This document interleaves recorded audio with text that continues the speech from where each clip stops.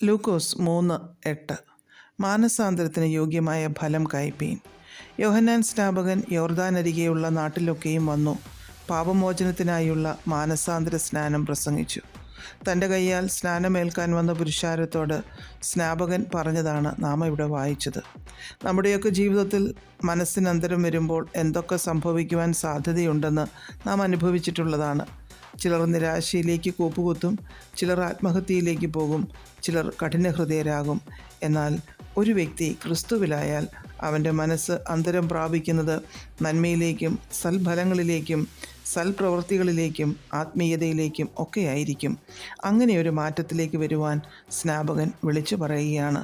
വചനം പറയുന്ന സൽഫലങ്ങൾ പുറപ്പെടുവിക്കുന്ന ഒരു ജീവിതം, പരിശുദ്ധാത്മാവിൻ്റെ ഫലമായ സ്നേഹം, സന്തോഷം, സമാധാനം, ദീർഘക്ഷമ, ദയ, പരോപകാരം, വിശ്വസ്തത, സൗമ്യത, ഇന്ദ്രിയജയം ഒക്കെ പുറപ്പെടുവിക്കുന്ന ഒരു ജീവിതം നമുക്ക് ഉണ്ടാകുമാറാകട്ടെ. സദൃശ്യവാക്യങ്ങൾ 13:2 തൻ്റെ വായുടെ ഫലത്താൽ മനുഷ്യൻ നന്മ അനുഭവിക്കും എന്നെഴുതിയിരിക്കുന്നു. അനുഗ്രഹവും ശാപവുമൊക്കെ നമ്മുടെ നാവിൻ തുമ്പിലാണ്. എന്തു ഫലം നാം അനുഭവിക്കണമെന്ന് നാം ആഗ്രഹിക്കുന്നുവോ അത് നമ്മുടെ വാക്കുകളായി പുറത്തു വരണം. സങ്കീർത്തനം 109:17 ശാപം അവന് പ്രിയമായിരുന്നു, അതവന് ഭവിച്ചു. അനുഗ്രഹം അവന് അപ്രിയമായിരുന്നു, അതവനെ വിട്ടകന്നുപോയി എന്ന് നാം വായിക്കുന്നു. എന്ത് ഫലം നാം ആഗ്രഹിക്കുന്നുവോ അതായിരിക്കട്ടെ നമ്മുടെ വാക്കുകൾ. നാം എന്ത് പ്രിയപ്പെടുന്നുവോ അത് നമ്മെ പിന്തുടരും. നാം മനസ്സ് പുതുക്കി രൂപാന്തരപ്പെടുവാൻ ആഗ്രഹിക്കുന്നവർ ആണെങ്കിൽ തീർച്ചയായും നമ്മിൽ നിന്ന്, നമ്മുടെ ഹൃദയത്തിൽ നിന്ന്, വായിൽ നിന്ന് അനുഗ്രഹം പുറപ്പെടും. ശാപത്തെ നാം അകറ്റി നിർത്തും. മത്തായി 21:19 ഇനി നിന്നിൽ ഒരു നാളും ഫലം ഉണ്ടാകാതെ പോകട്ടെ എന്ന് യേശു കർത്താവ് അത്തിയെ ശപിച്ചതായി നാം വായിക്കുന്നു. അത് ക്ഷണത്തിൽ ഉണങ്ങിപ്പോയി. ഫലം പുറപ്പെടുവിക്കുവാൻ സാധിക്കാഞ്ഞതുകൊണ്ട് അത്തി കർത്താവിൻ്റെ ശാപം ഏറ്റുവാങ്ങുവാനിടയായി.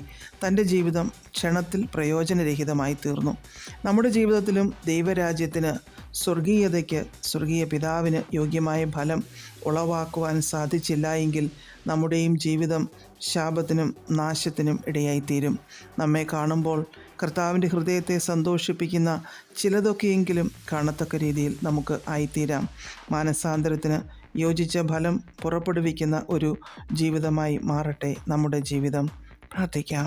പ്രിയപിതാവേ, മാനസാന്തരത്തിന് യോഗ്യമായ ഫലം പുറപ്പെടുവിക്കുന്നവരാക്കി ഞങ്ങളെ മാറ്റണമേ. യേശു ക്രിസ്തുവിൻ്റെ നാമത്തിൽ ആമേൻ.